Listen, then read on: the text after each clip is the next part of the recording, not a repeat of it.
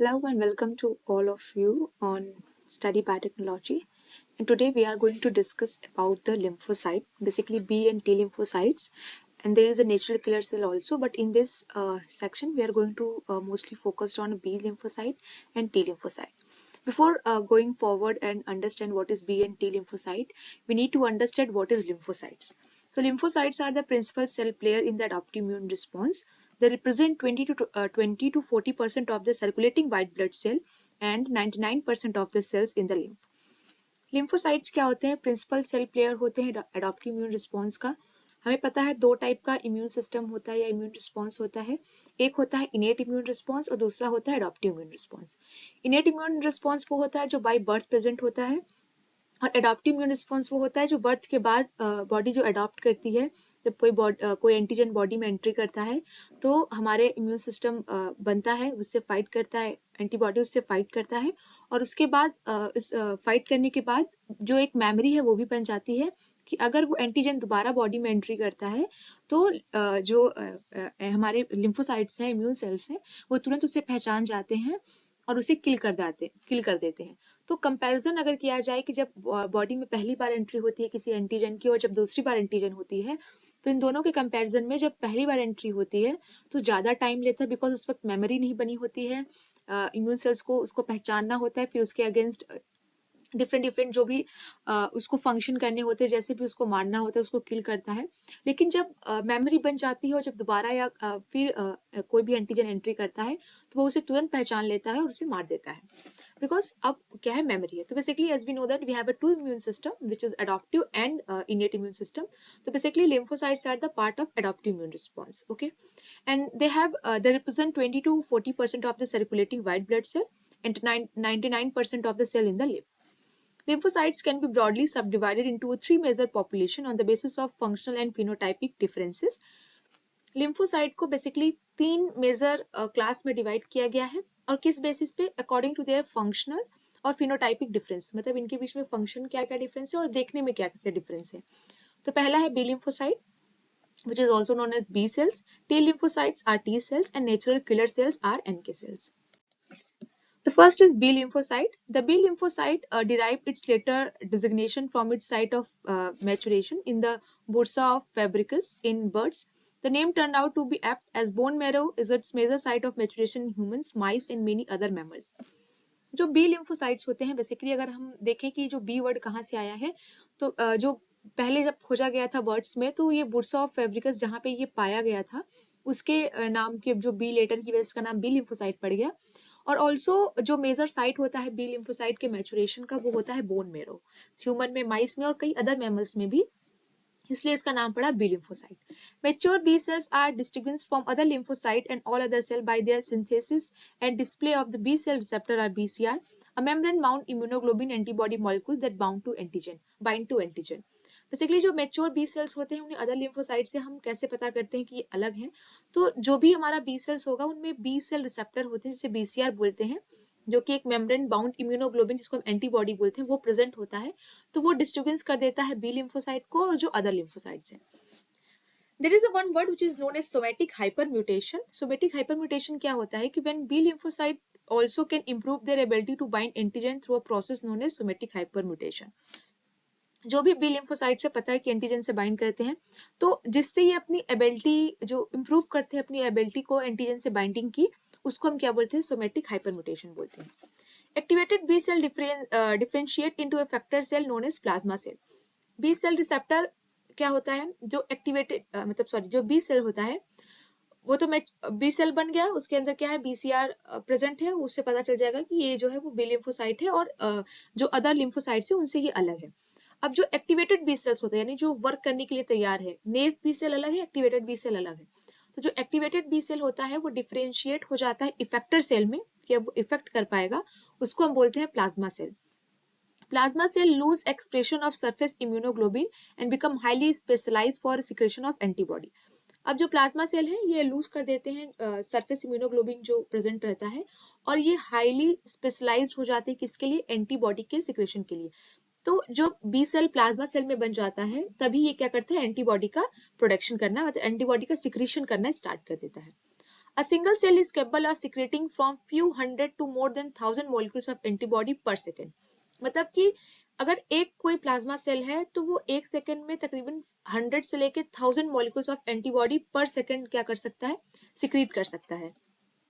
Plasma cells do not divide, and although some long-lived population of plasma cells are found in bone marrow, many die within 1 or 2 weeks. तो जो plasma cells होते हैं वो divide नहीं होते हैं, ठीक है, और ज्यादा दिन तक ये जिंदा भी नहीं रहते हैं. कुछ long lived population plasma cells के पाए जाते हैं बोन मेरो में, बट मेजॉरिटी जो प्लाज्मा सेल्स होते हैं वो विद इन 1 or 2 weeks जो है वो उनकी डेथ हो जाती है. The next is T lymphocyte. The T lymphocyte are T cells derived their later designation from their site of maturation in the thymus. जैसे कि बी सेल होता है, इसका जो मेन मैचुरेशन साइट इसका जो main maturation site bone marrow होता है, उसी तरीके से जो टी लिम्फोसाइट्स होते हैं इनका जो मेन साइट ऑफ मैचुरेशन होता है वो थाइमस होता है, और इसी थाइमस टी की वजह से इसका नाम पड़ा T lymphocyte. Like the B cell, the T cell express a unique antigen binding receptor called T cell receptor. जैसे कि B cell में B cell receptor होता है, उसी तरीके से T cell के पास भी एक antigen binding receptor होता है जिसको हम बोलते हैं T cell receptor. However, unlike membrane-bound antibodies on B cells, which can recognize soluble and particulate antigen, T cell receptor only recognize processed piece of antigen, typically peptides, bound to cell membrane protein called major histocompatibility complex or MSC molecules. जैसे कि जो B cell होते हैं वो क्या करते हैं, basically recognise करते हैं किसी भी सॉल्यूबल और पार्टिकुलेट एंटीजन को, लेकिन जब हम टी सेल्स की बात करते हैं तो ये सिर्फ पीस ऑफ एंटीजन को ही पहचानते हैं, जैसे या फिर हम बोल सकते हैं पेप्टाइड को पहचानते हैं. तो पहले जो भी एंटीजन है उसका क्या होगा, प्रोसेसिंग होगी, प्रोसेसिंग होने के बाद फिर वो एक्सप्रेस्ड होते हैं टू अ सेल में, एक सेल मेम्ब्रेन ग्लाइकोप्रोटीन होता है जिसको हम बोलते हैं मेजर हिस्टोकॉम्पेटिबिलिटी कॉम्प्लेक्स. जब ये मेजर हिस्टोकॉम्पेटिबिलिटी कॉम्प्लेक्स में एक्सप्रेस हो जाएगा वो पेप्टाइड मॉलिक्यूल्स, फिर उसको टी सेल आता है और पहचानता है. जैसे कि बेसिकली अगर ये कोई एमएससी मॉलिक्यूल्स है, वी नो ये कोई एमएससी मॉलिक्यूल्स है, और ये एमएससी मॉलिक्यूल्स जो है वो पेप्टाइड को यहाँ पे एक्सप्रेस करेगा. जब एक्सप्रेस कर देगा फिर यहाँ पे टी सेल आएगा और इसको क्या करेगा, पहचानेगा. So this is how it work. तो पहले जो अभी हमारा ये एंटीजन है इसकी यहाँ पे क्या हो जाती है, प्रोसेसिंग हो जाती है. प्रोसेसिंग होने के बाद ये क्या हो जाता है, यहाँ पे एक्सप्रेस्ड होता है. तो तभी जाके जो भी एंटीजन है उसको टी सेल पहचानेगा, यानी पेप्टाइड को बेसिकली पहचानेगा. अब बेसिकली एमएससी मॉलिक्यूल्स होते क्या हैं, तो they diverse glycoprotein found in cell membrane. एक तरीके से ग्लाइकोप्रोटीन्स होते हैं जो कि सेल मेम्ब्रेन में पाए जाते हैं. The ability of MSC molecules to form a complex with antigen allows cell to decorate their surface with internal foreign or cell protein, exposing them browsing T cells. तो जो MSC molecules होते हैं उनके पास क्या होती है, कैपेसिटी होती है कि वो एंटीजन को क्या कर देते हैं, ऐसे सो कर देते हैं, तो फिर वहां पे टी सेल आता है उसे पहचानता है. एमएससी के बेसिकली दो वर्जन होते हैं, यानी दो क्लास में इनको डिवाइड किया गया है. एमएससी क्लास थर्ड भी है, बट बेसिकली दो क्लास है, class 1 MSc molecules and class 2 MSc molecules. जो क्लास 1 एमएससी मॉलिक्यूल्स होते हैं वो जितने भी हमारे न्यूक्लिएटेड सेल्स होते हैं, ठीक है, ये उनमें पाए जाते हैं, और जो क्लास 2 एमएससी मॉलिक्यूल्स होते हैं वो जितने भी एंटीजन प्रेजेंटिंग सेल है ये उसमें पाए जाते हैं. तो बेसिकली ये हुआ टी लिम्फोसाइट के बारे में. The next is T lymphocytes are divided into two major types. अब बेसिकली हमने देखा कि MSC के दो टाइप्स होते हैं, MSC में वो रिप्रेजेंट होता है तब वो जाके पहचानता है. अब बेसिकली जो T lymphocytes है इनको दो मेजर सेल टाइप में डिवाइड किया गया है. The one is T helper cell जिसको हम TS सेल बोलते हैं, और T साइटोटॉक्सिक सेल और TC सेल बोलते हैं. That can be distinguished from one another by a presence of either CD4 or CD8 member glycoprotein on the surface. अब ये T हेल्पर सेल कौन सा है और कौन T साइटोटॉक्सिक सेल कौन सा है, इनके बीच में मेन डिफरेंस क्या होता है कि CD4 और CD8 मेम्ब्रेन ग्लाइकोप्रोटीन, ये जो ग्लाइकोप्रोटीन है इन्हीं का डिफरेंस होता है, किसी में CD4 प्रेजेंट होगा और किसी में CD8 प्रेजेंट होगा. तो T cell discrete CD4 generally function as TS cell and recognized by a antigen on a complex with MSC class second. जो TH हेल्पर सेल दो टाइप का है.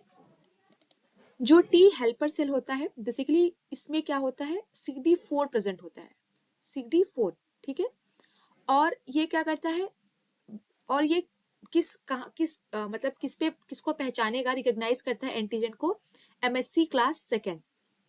दो क्लास का MSC है.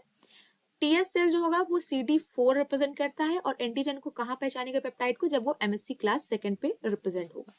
जब TC यानी टी साइटोटॉक्सिक सेल की बात करें तो ये जनरली इस पे क्या होता है, CD8 सेल को रिप्रेजेंट डिस्प्ले करता है और ये कहाँ पे पहचानता है, MSc क्लास फर्स्ट में. So this line is very important and there are various question which comes in all the competitive exams regarding that TS cell जो होता है वो किसको पहचानता है, इस पे क्या डिस्प्ले होता है, MSc क्लास सेकेंड जो है वो किसको अपना जो पेप्टाइड है वो डिस्प्ले करता है. तो this is very important. So you should remember that TS cell is CD4 plus MSc class second and TC cell plus CD8 plus MSc class first.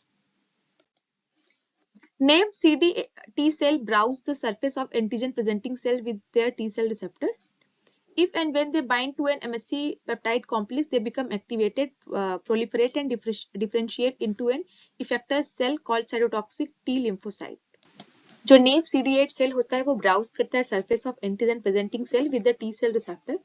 जब ये MSc पेप्टाइड कॉम्प्लेक्स से bind कर लेता है तो ये एक्टिवेट हो जाता है, फिर प्रोलिफरेट करता है, डिफरेंशिएट होता है इफेक्टर सेल जिसको हम बोलते हैं cytotoxic T lymphocyte.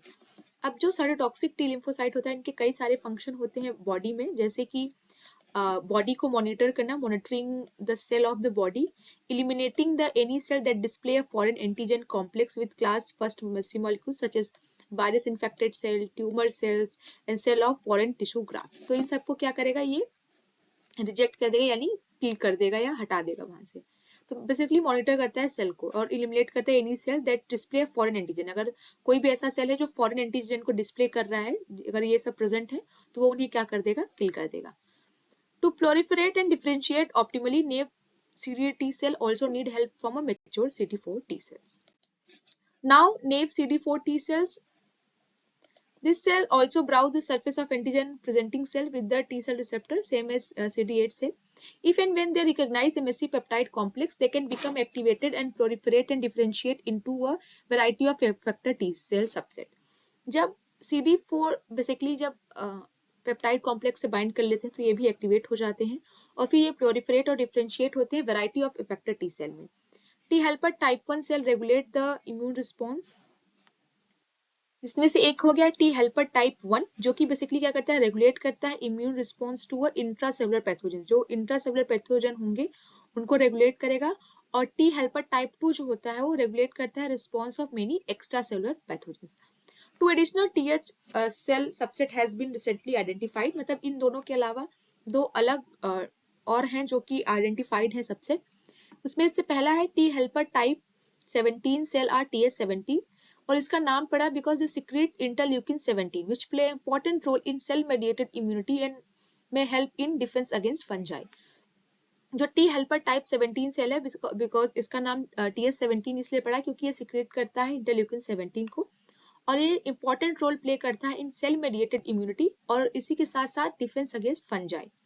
T follicle helper cell जो होता है वो इंपॉर्टेंट रोल प्ले करता है ह्यूमोरल इम्यूनिटी में. मतलब टी हेल्पर दो सबसेट और है, टी हेल्पर टाइप 17 सेल जो कि सेल मेडिएटेड इम्यूनिटी में बेसिकली फंक्शन करता है और टी फॉलिकल हेल्पर सेल जो होता है वो ह्यूमोरल इम्यूनिटी में क्या करता है, फंक्शन करता है और रेगुलेट करता है B cell development in germinal centres. ठीक है, तो ये दो मेन फंक्शन हो गए. And this is the structure of lymphocyte and plasma cell. This is a TH helper cell as we can see, and this is a TC cytotoxic T cell. ये B cell हो गया, lymphocyte with B cell देखते हैं और this is a BCR. ये plasma cell हो गया, ये plasma cell का structure. This is a natural killer cell. We haven't discussed about a natural killer cell. We will discuss it earlier in some other videos. For today's, it's all about a B and T lymphocyte. So this is a T lymphocyte, TH helper cell. As we can see the structure of TH helper cell and TC cytotoxic cell. And this is the structure of B cell and this is a BCR. Lymphocyte with red blood cell. As we can see all this structure. That's all about the B cell T cells. Thank you.